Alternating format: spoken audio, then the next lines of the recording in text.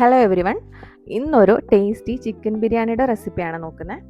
ആദ്യം വൃത്തിയാക്കിയ ചിക്കനിലേക്ക് ginger garlic paste, മഞ്ഞൾപ്പൊടി, മല്ലിപ്പൊടി, മുളക് പൊടി, ഗരം മസാല, ഉപ്പ്, നാരങ്ങ നീര് ഇത്രയും ചേർത്ത് മാരിനേറ്റ് ചെയ്ത് ഒരു അരമണിക്കൂർ മാറ്റി വയ്ക്കണം.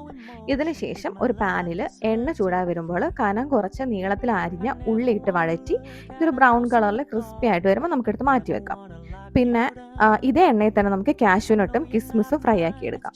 പിന്നെ വേറൊരു നോൺ സ്റ്റിക്ക് പാത്രത്തിൽ എണ്ണ ഒഴിച്ചിട്ട് അതിൽ സ്പൈസസ് ഇട്ടതിന് ശേഷം പച്ചമുളകും നീളത്തിലരിഞ്ഞ സവാളയും ജിഞ്ചർ ഗാർലിക് പേസ്റ്റ്, ഉപ്പ് ഇത്രയും ചേർത്ത് വഴറ്റിയതിന് ശേഷം ഒരു തക്കാളി, 1 ടീസ്പൂൺ മല്ലിപ്പൊടി, 1 ടീസ്പൂൺ ഗരം മസാല, 1 ടീസ്പൂൺ കുരുമുളക് പൊടി, 2 ടീസ്പൂൺ ബിരിയാണി മസാല ഇത്രയും ചേർത്ത് നന്നായിട്ടൊന്ന് സോട്ട് ചെയ്തതിന് ശേഷം മാരിനേറ്റ് ചെയ്ത് വെച്ച ചിക്കനും കൂടെ ചേർത്ത് ഇളക്കിയിട്ട് ആവശ്യത്തിന് ചൂടുവെള്ളം കൂടെ ഒഴിച്ചിട്ട് നേരത്തെ വറുത്ത് മാറ്റി വെച്ച ഉള്ളിൽ നിന്ന് കുറച്ചെടുത്ത് ഇതിൽ ചേർത്തിട്ട് അടച്ചു വെച്ച് വേവിക്കണം.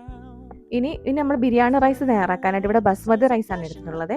അതിനായിട്ട് നമ്മളൊരു പാത്രത്തിൽ വെള്ളം വെച്ചിട്ട് അതിലേക്ക് സ്പൈസസും 1 ടീസ്പൂൺ നാരങ്ങ നീരും ഉപ്പും നേരത്തെ സവാള ഫ്രൈ ചെയ്യാനെടുത്ത എണ്ണയിൽ നിന്ന് 1 ടീസ്പൂൺ എണ്ണയും ചേർത്തിട്ട് വെള്ളം തിളപ്പിക്കണം. ഇതിലേക്ക് ഒരു 10 മിനിറ്റ് വെള്ളത്തിൽ കുതിർത്ത് വെച്ചിട്ടെടുത്ത ബസ്മതി റൈസും കൂടെ ചേർത്ത് കുറച്ച് വറുത്ത ഉള്ളിയും കൂടെ ചേർക്കണം. എന്നിട്ട് ഈ റൈസ് ഒരു 75% കുക്ക് ആവുന്നതുവരെ അടച്ചു വെച്ച് വേവിക്കണം. അതിനുശേഷം ഈ ചിക്കൻ കറിയുടെ മുകളിലേക്ക് കുറച്ച് പുതിനയില ഇട്ടതിന് ശേഷം ഈ വേവിച്ച റൈസും കൂടെ ചേർത്ത് കൊടുക്കണം.